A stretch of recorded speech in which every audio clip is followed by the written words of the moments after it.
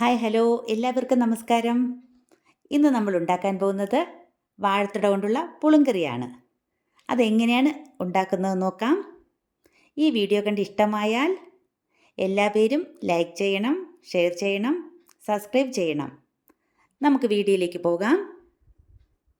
ഞാനിവിടെ ഒരു ചെറിയ കഷ്ണം വാഴത്തട എടുത്തിട്ടുണ്ട്. അതിനെ നമുക്കൊന്ന് വട്ടത്തിൽ അരിഞ്ഞെടുക്കാം. വട്ടത്തിൽ മുറിച്ചെടുക്കുന്നത് അതിൻ്റെ വലയുണ്ട്, അത് കളയാൻ വേണ്ടിയിട്ടാണ്.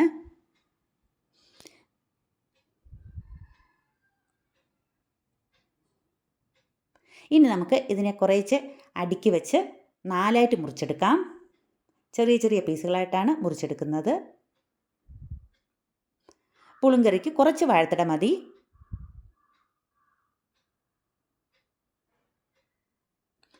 ഇപ്പോൾ നമ്മളെല്ലാം മുറിച്ചെടുത്തിട്ടുണ്ട്. ഇനി ഇതിനെ ഒന്ന് കഴുകി വൃത്തിയാക്കി എടുക്കണം. അതിനായിട്ട് കുറച്ച് വെള്ളം ഒഴിച്ചിട്ട് നമുക്ക് നന്നായിട്ടൊന്ന് കഴുകി ഒരു പാത്രത്തിലേക്ക് മാറ്റാം.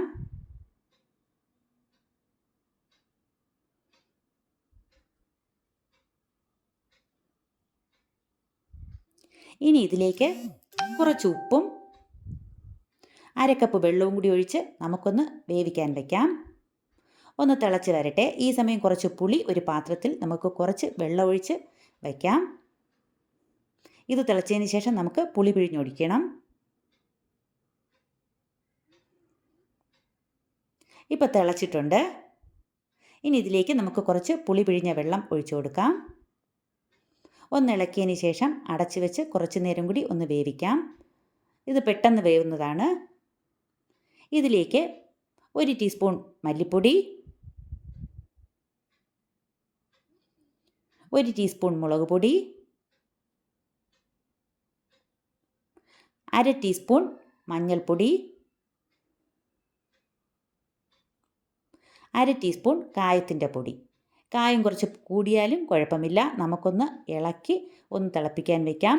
വെള്ളം കുറവാണെങ്കിൽ കുറച്ച് തിളപ്പിച്ച വെള്ളവും കൂടി ഒഴിച്ചു കൊടുക്കാം.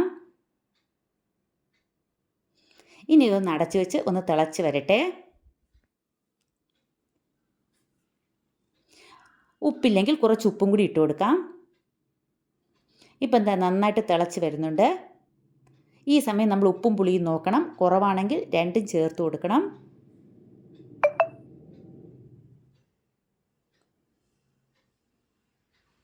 ഇപ്പം നമ്മുടെ പുളിങ്കറി ഏകദേശം റെഡി ആയിട്ടുണ്ട്.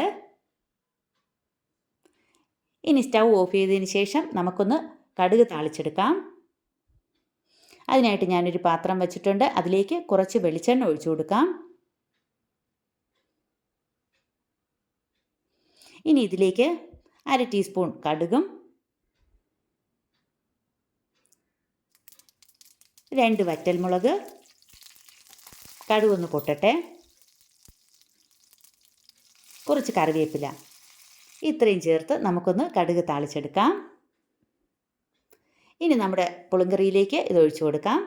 ഇപ്പോൾ നമ്മുടെ സ്വാദിഷ്ടമായ വാഴത്തട പുളിങ്കറി റെഡി ആയിട്ടുണ്ട്.